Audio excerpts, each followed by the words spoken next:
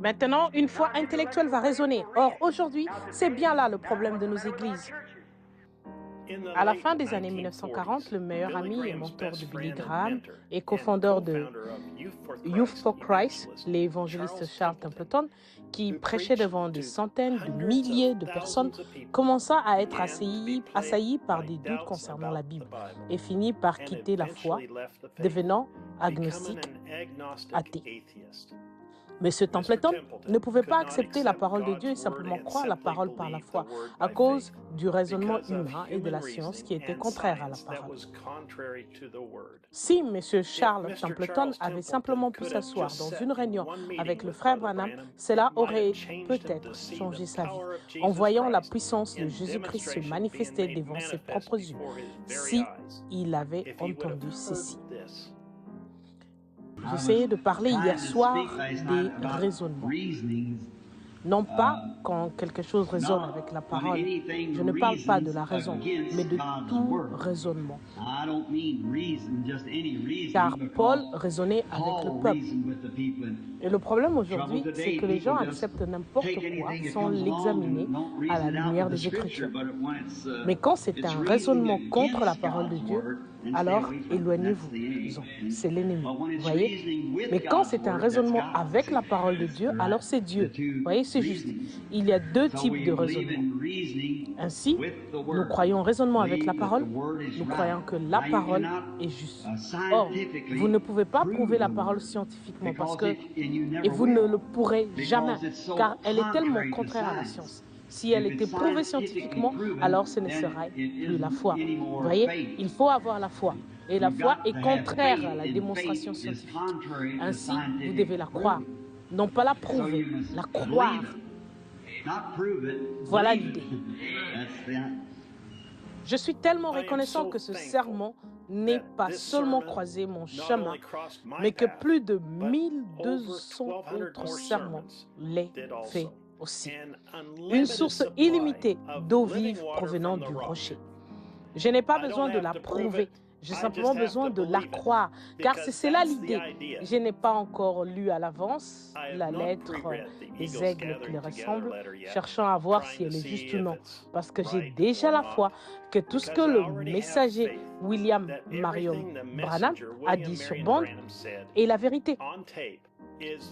Je suis tellement heureux que le frère Joseph Branham ait été si stimulé par les messages sur bande qu'il veuille nous encourager, vous et moi, à travers ces lettres chaque semaine, à croire et à comprendre par révélation que chaque parole que le prophète a prononcée sur bande est ainsi dit le Seigneur.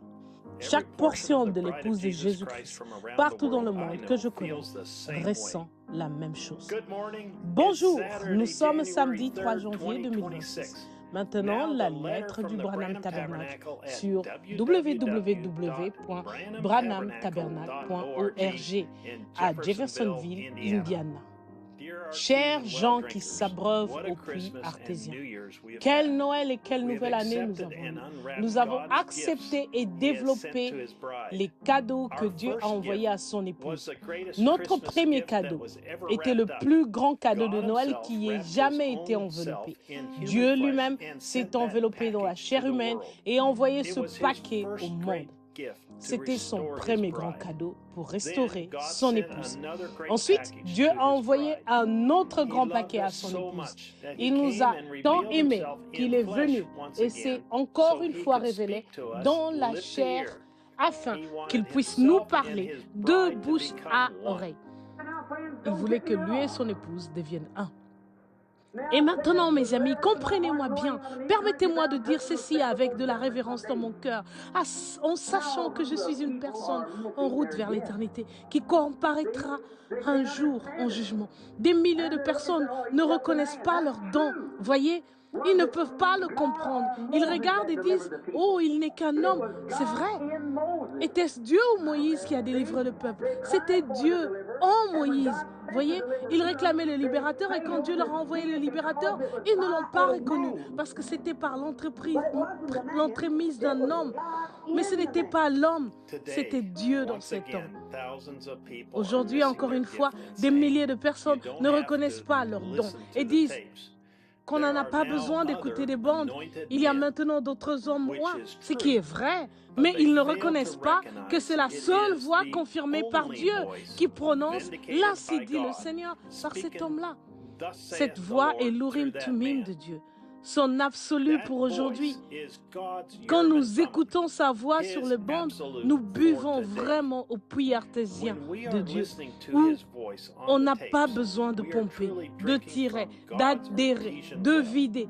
Nous croyons simplement et nous nous reposons sur chaque parole qui est prononcée. En écoutant cette voix sur le bande, selon Jésus lui-même, nous avons la vraie preuve du Saint-Esprit dans notre jour. Alors voilà la vraie preuve du Saint-Esprit. Il ne m'a encore jamais rien dit qu'il soit faux. Alors c'est la preuve du Saint-Esprit. C'est celui qui peut croire la parole. Vous pouvez la recevoir. Dieu nous a fourni une source à laquelle nous pouvons boire à chaque minute de chaque jour. C'est toujours frais. Ce n'est pas quelque chose de stagnant. C'est sa source inépuisable qui se suffit à elle-même. On n'a qu'à appuyer sur lecture. En parlant des cadeaux de Dieu, pouvez-vous imaginer combien ce cadeau est vraiment grand? Simplement en appuyant sur lecture et en écoutant sa voix sur les bandes. C'est la seule voix au monde où on n'a pas besoin d'un filtre, d'une passoire ou de quoi que ce soit. On n'a qu'à écouter, à croire et à dire Amen à chaque parole. Dieu lui-même a pourvu de ce moyen, son seul moyen pour recevoir la vie éternelle et plus important encore, pour être son épouse.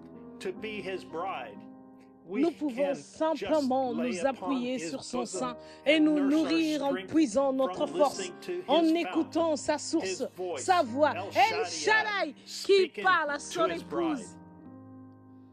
Puisse cette année être l'année où il viendra pour nous, son épouse bien-aimée. Nous guettons, nous attendons et nous sommes dans une grande expectative. D'un jour à l'autre, nous regarderons ceux que nous avons ardemment désiré voir apparaître. Nous nous rendrons compte, l'instant d'un clin d'œil, que nous serons partis d'ici, appelés à notre souper des noces. Seigneur, quand nous verrons cette grande table qui sera là pour ce souper, longue de milliers de kilomètres, nous nous regarderons par-dessus la table. Des vétérans marqués par des combats, des larmes de joie nous coulant sous le joug. Le roi paraîtra dans sa beauté, sa sainteté. Il marchera le long de la table. Et de ses propres mains, il essuiera les larmes de nos yeux en disant « Ne pleurez plus, tout est terminé. Entrez dans les joies du Seigneur. Père, les peines de la route, nous semblerons bien peu de choses à ce moment-là. Quand nous parviendrons au bout du chemin. Venez et buvez, et buvez, et buvez avec nous à la source que Dieu a fournie pour aujourd'hui. Ce dimanche à midi, aire de Jeffersonville, c'est le seul endroit où vous pouvez complètement vous détendre et dire Amen à chaque parole que vous entendez. C'est le puits artésien qu'il a pourvu pour que son épouse y boive. Père Joseph Branham. Message des citernes crévassées, prêché le 26 juillet 1964 au soir. Les passages des Écritures à lire avant l'écoute du message. Psaume chapitre 36, verset 9. Jérémie chapitre 2, verset 12 à 13. Jean chapitre 3, verset 16. Apocalypse chapitre 13 en entier. Jusqu'à la prochaine fois, que Dieu vous bénisse et shalom.